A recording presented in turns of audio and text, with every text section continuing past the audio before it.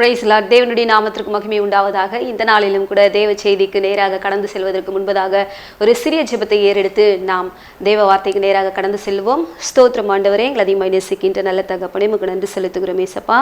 இந்த நாளிலும் கூட நாங்கள் கேட்கப்படுற வார்த்தையானது எங்களுடைய வாழ்க்கைக்கு ஆசீர்வாதமாக இருக்கட்டும். அந்த வார்த்தையின்படி நடந்து அந்த வார்த்தையினுடைய ஆசீர்வாதத்தை பெற்றுக்கொள்ள கர்த்தர் நீர் எங்களுக்கு கிருபை தருவீராக. இயேசுவின் மூலமாக ஜெபிக்கிறோம் ஜீவனுள்ள நல்ல பிதாவே, ஆமேன். தேவன் நல்லவராக இருக்கிறார். இந்த நாளிலும் கூட பிரியமான தேவனுடைய செய்திகளை நம்முடைய வாழ்க்கையில தேவனுடைய காரியங்களை பங்கு பெறக்கூடிய நாம் ஒவ்வொரு இடத்திலும் என்ன பண்றோம்னு சொன்னா, கர்த்தருக்கு பிரியமானதை செய்வோம் என்று சொல்லி வாக்குத்தத்த வார்த்தைகளை நம்பி கர்த்தர் சொல்லக்கூடிய ஒவ்வொன்றையும் நான் செய்து முடிப்பேன் என்று சொல்லி ஒரு விசுவாசத்தோடு இருப்போம். இருந்தாலும் ஒரு சில நேரங்கள்ல தேவனுக்கு சொல்லிய வார்த்தைகளை நம்மளால நிறைவேற்ற முடியாமல் போகிறது. ஆகையினால தான் இந்த நாளிலும் கூட நாம் தேவனிடத்துல எதையாகிலும் ஒன்றை சொன்னோம் என்றால் அதை செய்ய வேண்டும்.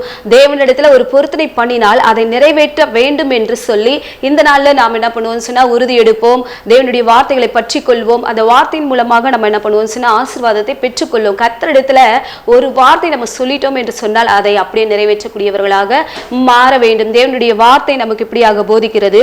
பிரசங்கின் புஸ்தகத்துல 5ஆம் அதிகாரத்துல 4வது வசனம், நீ தேவனுக்கு ஒரு பொருத்தனை பண்ணி கொண்டால் அதை செலுத்த தாமதியாதே, அவர் மூடரில் பிரியப்படுகிறதில்லை, நீ நேர்ந்து கொண்டதை செய். நம்ம தேவனுக்கு நிறைய நேரங்களை பொருத்தனை பண்ணுவோம். ஆண்டவரே, நான் காலையில எழுந்து துதிப்பேன், ஆராதிப்பேன், வேதத்தை வாசிப்பேன், கர்த்தருடைய காரியங்களை பங்கு பெறுவேன் என்று சொல்லி நிறைய காரியங்களை நம்ம என்ன பண்ணுவோம் அப்படின்னு சொன்னா, கர்த்தருக்கு பொருத்தனை பண்ணுவோம். வேத வசனங்கள் அவங்க புறப்பட்டு வரும் பொழுது இந்த வார்த்தையின் மூலமாக ஆண்டவர் என்னோடு பேசினார் என்று சொல்லி, ஆண்டவரே நான் ஆலயத்திற்கு என்று நான் என்ன பண்ணுவேன் அப்படின்னு சொன்னா, ஒரு சில காரியங்களை பொருட்களை வாங்கி கொடுப்பேன், ஆலயத்துல நான் என்ன பண்ணுவேன், பணிவிடை செய்வேன், கர்த்தருடைய ஊழியங்களை பங்கு பெறுவேன் என்று சொல்லி இந்த குறிப்பிட்ட நேரங்களில் கர்த்தருக்காக நான் என்ன பண்ணுவேன்னா, ஒரு சில இடங்கள்ல சென்று டிராக்ஸ் ஊழியத்தை செய்வேன் அப்படின்னு சொல்லி நம்ம மனதுக்குள்ளாக பொருத்தனைகளை பண்ணிக்கொள்வோம். அதை என்ன பண்ணணுமா, நிறைவேற்ற வேண்டும். தேவனுடைய வசனம் அப்படியாக தான் நமக்கு சொல்லுகிறது. நீ தேவனுக்கு ஒரு பொருத்தனை பண்ணி கொண்டாய் என்றால் அதை செலுத்த தாமதம் செய்யாது. அவர் மூடரில் பிரியப்படுகிற தேவன் கிடையாது. அவர் முட்டாள்தனமான காரியங்களை செய்யக்கூடிய மனுஷர்கள் மேல கர்த்தர் பிரியப்படவே மாட்டார். பிரியமான தேவனுடைய ஜனங்களே, நம்ம ஒவ்வொருவரும் எப்பேற்பட்டவர்கள் அப்படின்னு சொன்னா, ஞானம் உள்ளவர்கள், கர்த்தருக்கு பயந்து நடக்கக்கூடியவர்கள். கர்த்தருடைய சன்னிதானத்துல ஒரு வார்த்தை நம்ம சொல்லிட்டோம் என்று சொன்னால் அதை அப்படியே நம்ம நிறைவேற்ற வேண்டும். பொருத்தனை பண்ணிட்டோம் என்று சொன்னால் அதை செலுத்த தாமதிக்க கூடாது. தாமதித்தோம் என்று சொன்னால் அது நம்முடைய வாழ்க்கைக்கு ஆசீர்வாதமாக இருக்காது. நீங்க கூட உங்களுடைய வாழ்க்கையில ஏதாகிலும் வாயை திறந்து கர்த்தருடைய காரியத்திற்கு நான் கொடுப்பேன், கர்த்தருடைய ஊழியத்திற்கு நான் என்ன பண்ணுவேன்னு சொன்னா என்னுடைய பணங்களை செலவழிப்பேன், கர்த்தருடைய ஊழியத்தை தாங்குவேன் என்று சொல்லி நீங்க பொருத்தனை பண்ணி கொண்டால் அதை செலுத்துவதற்கு முற்படுங்க. உங்களுடைய காரியங்களை தேவனுக்கு முன்பாக நீதியுள்ளவைகளாக காண்பீங்க. அதன் மூலமாக கர்த்தர் நம்மளை என்ன பண்ணுவார்னா ஆசீர்வதிப்பார். உபாகமத்தின் புஸ்தகத்துல 12ஆம் அதிகாரத்துல 11வது வசனம் சொல்லுகிறது, இப்படியாக நான் வாசிப்போம். உங்கள் தேவனாகிய கர்த்தர் தமது நாமம் விளங்கும்படி தெரிந்து கொள்ளும் ஒரு இடம் உண்டாயிருக்கும். அங்கே நீங்கள் நான் உங்களுக்கு கட்டளையிட்ட யாவையும், உங்கள் சர்வாங்க தகன பலிகளையும், உங்கள் பலிகளையும், உங்கள் தசம பாகங்களையும், உங்கள் கையெடுத்து படைக்கும் படைப்புகளையும், நீங்கள் கர்த்தருக்கு நேர்ந்து கொள்ளும் விசேஷித்த எல்லா பொருத்தனைகளையும் கொண்டு வந்து, கர்த்தருக்கு நேர்ந்து கொள்ளக்கூடிய விசேஷித்த பொருத்தனைகள் எல்லாவற்றையுமே ஓரிடத்துல கொண்டு வர வேண்டும் என்று சொல்லி இந்த வேத வசனம் நமக்கு சொல்லுகிறது. அந்த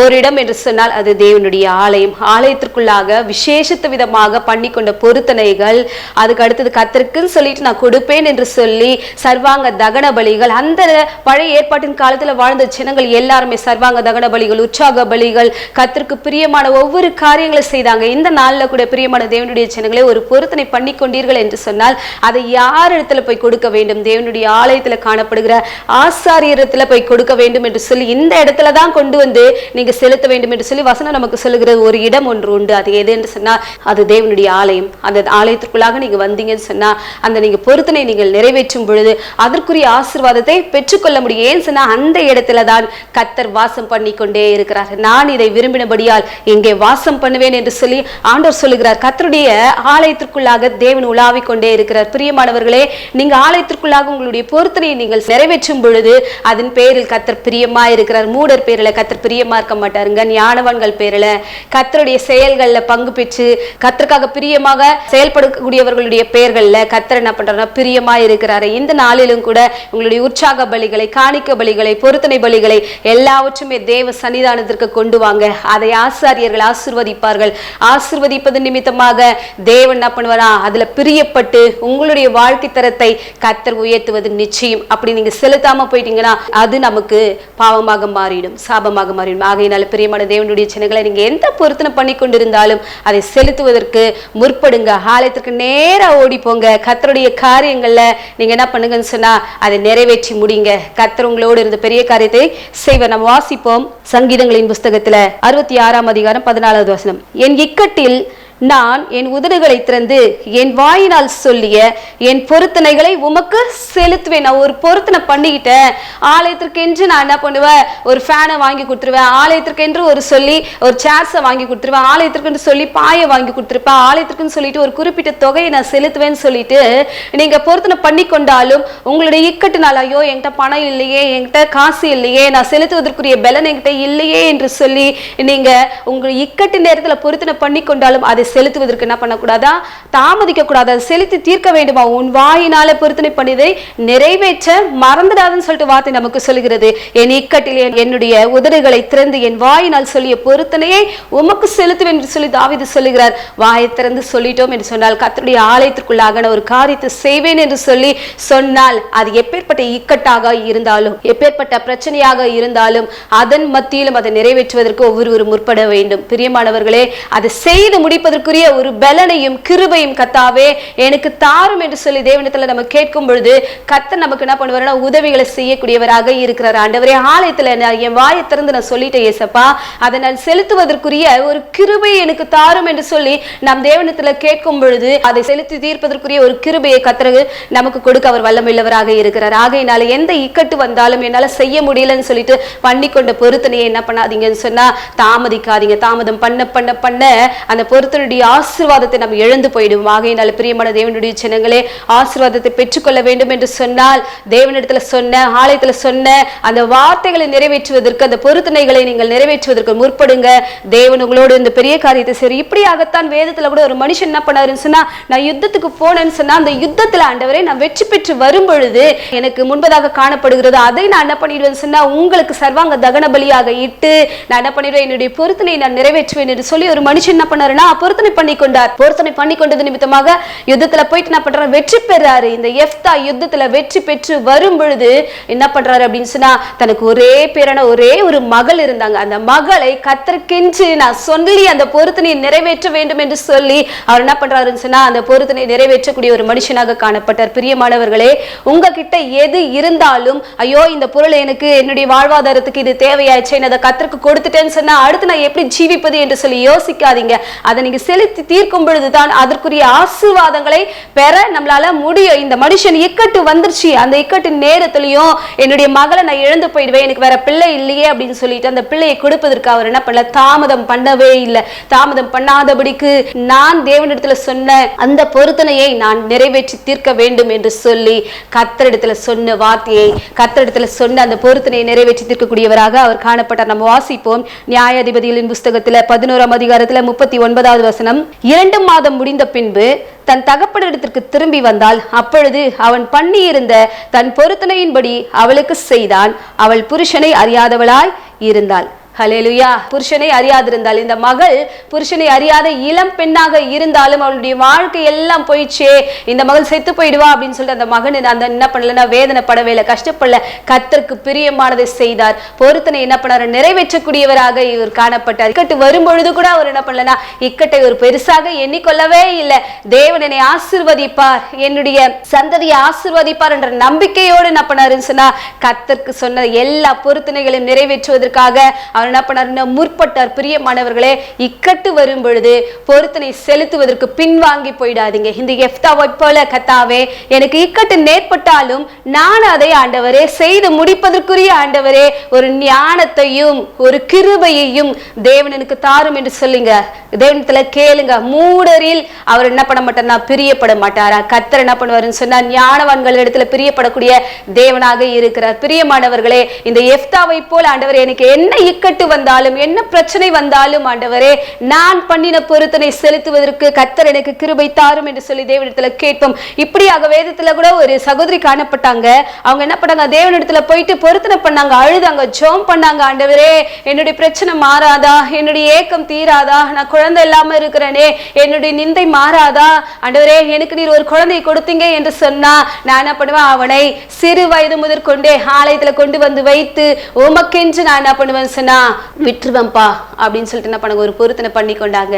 இந்த மகள் என்ன பண்ணாங்க, சொன்ன வார்த்தையை அப்படியே தேவ சமூகத்துல நிறைவேற்றக்கூடியவளாக காணப்பட்டாங்க. 1 சாமுவேலின் புஸ்தகத்துல 1ஆம் அதிகாரம் 11வது வசனம் சொல்லுகிறது, சேனைகளின் கர்த்தாவே தேவரீர் உம்முடைய அடியாளின் சிறுமையை கண்ணோக்கி பார்த்து உம்முடைய அடியாளை மறவாமல் நினைத்தருளி உமது அடியாளுக்கு ஒரு ஆண் பிள்ளையை கொடுத்தால் அவன் உயிரோடு இருக்கும் சகல நாளும் நான் அவனை கர்த்தருக்கு ஒப்பு கொடுப்பேன், அவன் தலையின் மேல் சவகரன் கத்தி படுவதில்லை என்று ஒரு பொருத்தனை பண்ணினாள். பொருத்தனை பண்ணுவது மட்டுமல்லாதபடிக்கு என்ன பண்ணாங்க சொன்னா, அந்த குழந்தை பால் மறந்த பொழுது தேவனுடைய ஆலயத்துல ஏலிகிட்ட என்ன பண்ணிட்டாங்க, கொண்டு வந்து விட்டாங்க. ஆசாரியன்கிட்ட கொண்டு வந்து விட்டாங்க. தேவ சமூகத்துல வளர்வதற்கு விட்டாங்க. நீங்க எனக்கு கொடுத்தீங்கன்னு சொன்னா நான் உங்களுக்கு கொடுத்துருவேன் அப்படின்னு சொல்லிட்டு என்ன பண்ணாங்க, பொருத்தனை பண்ணாங்க. பண்ணின பொருத்தனை செலுத்திட்டாங்க. செலுத்துவதற்கு அவங்க என்ன பண்ணலன்னா தாமதிக்கவே இல்லை. குழந்தை பால் மறந்த உடனே ஆலயத்திற்குள்ளாக கொண்டு வந்தாங்க. நம்ம முதலாவதாக நம்ம வாசித்தோம், நம்முடைய பொருத்தனைகளும் உற்சாக பலிகளும் விசேஷ பலிகளும் எங்கு கொண்டு வர வேண்டும் என்று சொல்லி ஆலயத்திற்கு கொண்டு வர வேண்டும் என்று சொல்லி ஆலயத்துக்கு கொண்டு வந்து என்ன பண்ணாங்க சொன்ன, அந்த பிள்ளையை விட்டது நிமித்தமாக சமஸ்த இஸ்ரவேலிற்கும் அவர் ஒரு தீர்க்கதரிசியாக மாறினார். இந்த சாமுவேலை கர்த்தர் ஆசீர்வதித்தார். அநேகருக்கு முன்பாக சாமுவேலை தேவன் என்ன பண்ணார், அநேகருக்கு முன்பாக சாமுவேலை கர்த்தர் உயர்த்தி வைத்தார். பிரியமானவர்களே, அவங்க அம்மா பண்ணின ஒரு பொருத்தனை அது என்ன பண்ணிச்சுன்னா தன்னுடைய மகனுடைய வாழ்க்கையில் ஒரு ஆசீர்வாதத்தை கொண்டு வந்தது. இந்த நாள்ல கூட பெற்றோராகிய நீங்க உங்க பிள்ளைகளுக்காக ஏதாவது ஒரு பொருத்தனை பண்ணி இருந்தாலும் அதை செலுத்துவதற்கு என்ன பண்ணுங்கன்னு சொன்னா, கர்த்தரிடத்துல நீங்க என்ன பண்ணுங்கன்னா ஜெபம் பண்ணி அது செலுத்துவதற்கு சீக்கிரத்துல ஆண்டவருடைய ஆலயத்துல போயிட்டு ஒவ்வொரு காரியத்தை நிறைவேற்றுங்க. அதன் மூலமாக உங்களுடைய பிள்ளைகளுடைய வாழ்க்கை சிறந்திருக்கும், ஆசீர்வாதமாய் இருக்கிறோம். பண்ணின பொருத்தனையில நீங்க என்ன பண்ணாதீங்கன்னு சொன்னா பின்வாங்கி போயிடாதீங்க. நான் சின்ன வயசுல பண்ணிட்டேமா, நான் மறந்தே போயிட்டு அந்த பொருத்தனை பண்ணி இத்தனை நாள் ஆச்சே, பரவாயில்ல தேவனிடத்துல போயிட்டு மன்னிப்பு கேளுங்க. ஆண்டவரே நான் மறந்துட்டேன்ப்பா, மறந்தாலும் தேவனிடத்துல மன்னிப்பை கேட்டுக்கொண்டு திரும்பவும் அந்த பொருத்தனையை செலுத்துவதற்கு நீங்க என்ன பண்ணுங்கன்னா ஆலயத்துல கொண்டு போயிட்டு ஆசாரிய இடத்துல கொடுங்க. அவர்கள் அதை ஆசீர்வதிப்பார்கள். அதன் மூலமாக அந்த ஆசீர்வாதத்தை நீங்க பெற்றுக்கொள்ளக்கூடியவர்களாக இருக்கிறீங்க. என்னாகமத்தின் புஸ்தகத்துல 30ஆம் அதிகாரத்துல 2வது வசனம் இப்படியாக சொல்லுகிறது, ஒருவன் கர்த்தருக்கு யாதொரு பொருத்தனை பண்ணினாலும் அல்லது யாதொரு காரியத்தை செய்யும்படி ஆணையிட்டு தன் ஆத்துமாவை நிபந்தனைக்கு உட்படுத்தி கொண்டாலும் அவன் சொல் தவறாமல் தன் வாயிலிருந்து புறப்பட்ட வாக்கின்படி எல்லாம் செய்ய கடவன்.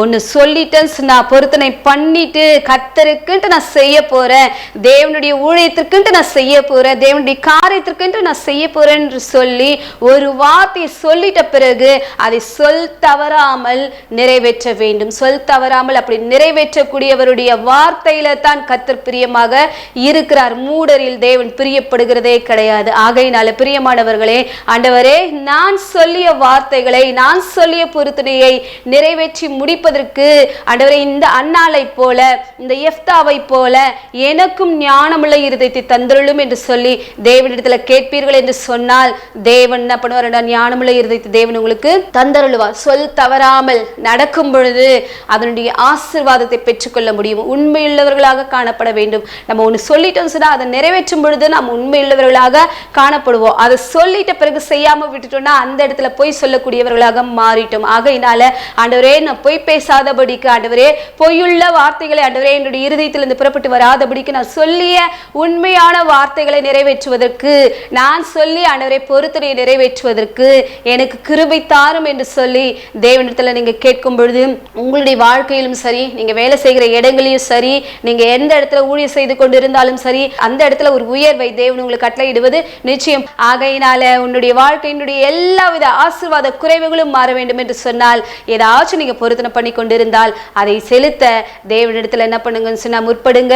அதன் மூலமாய் வரக்கூடிய ஆசீர்வாதங்களை பெற்றுக்கொள்ளுங்க. கர்த்தர் தாமே இந்த வார்த்தைகளை ஆசீர்வதிப்பாராக. ஆமென். ஜெபிப்போம். ஸ்தோத்திரம் ஆண்டவரே, எங்களை அதிகமாக நேசிக்கின்ற நல்ல தகப்பனே, உமக்கு நன்றி. இந்த நாளிலும் கூட கேட்ட வார்த்தையின்படியாக கர்த்தர் நீர் ஆண்டவரே அப்ப யாரெல்லாம் பொருத்தனை பண்ணி கொண்டு ஒரு சில நேரங்களில் மறந்து போயிட்டு ஆண்டவர் ஒரு சில பேருக்கு இக்கட்டு நிமித்தமாக செலுத்த முடியாமல் போயிருந்தாலும் அதை செலுத்துவதற்குரிய ஒரு கிருபையை ஆண்டவரே உடைய பிள்ளைகளுக்கு கர்த்தர் தந்தருளுங்க.